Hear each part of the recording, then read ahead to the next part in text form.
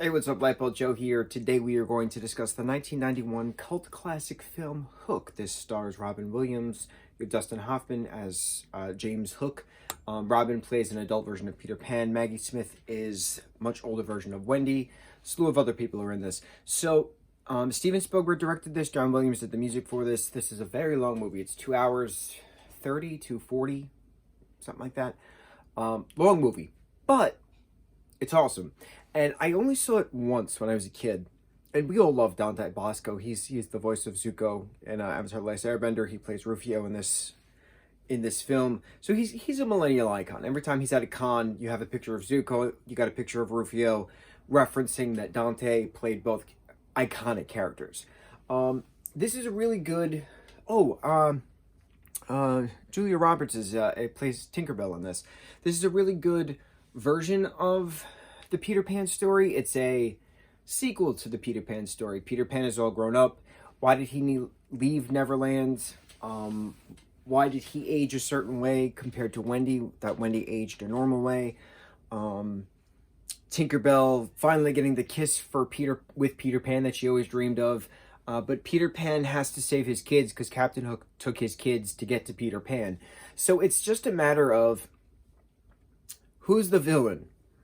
And I know there's a viral video going around on Reels right now with, is Peter Pan really the villain of the Peter Pan story, or is Captain Hook the villain of the Peter Pan story? Maybe Captain Hook is just trying to stop Peter Pan from taking kids to Neverland, abducting kids to Neverland to make sure that they stop growing. So it's possible that Peter is the villain of this story. But we all know that Captain Hook is the villain of the story in this version, of course. In the Steven Spielberg, Robin Williams version, of course.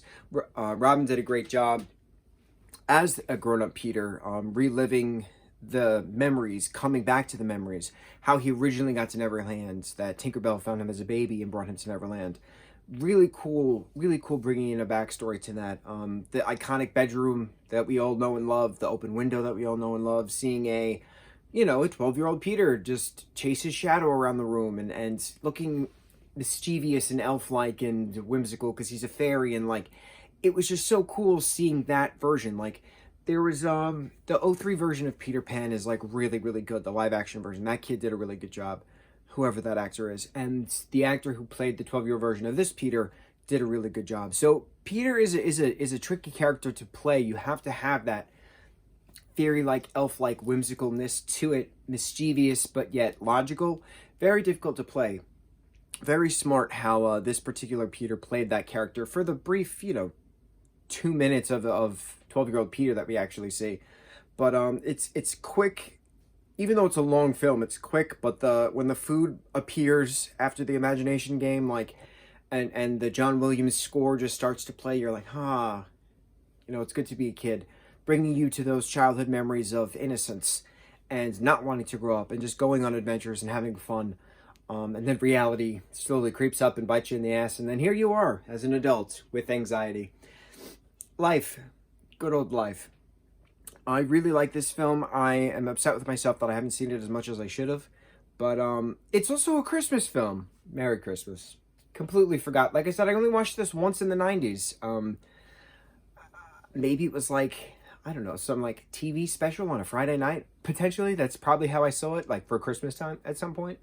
But it's a good film. I definitely will watch this more often. And yeah, off to Neverland. Mucho mahalo.